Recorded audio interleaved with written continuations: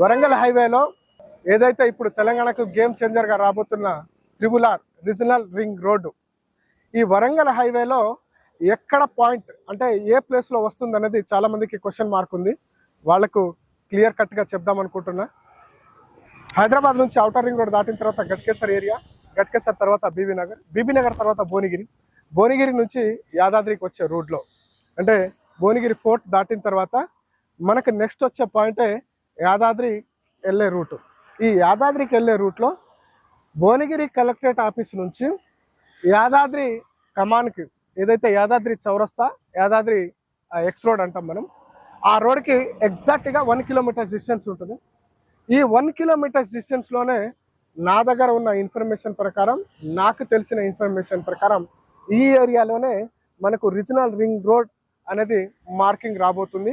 ఈ ఏరియాలోనే మనకు త్రిబుల్-ఆర్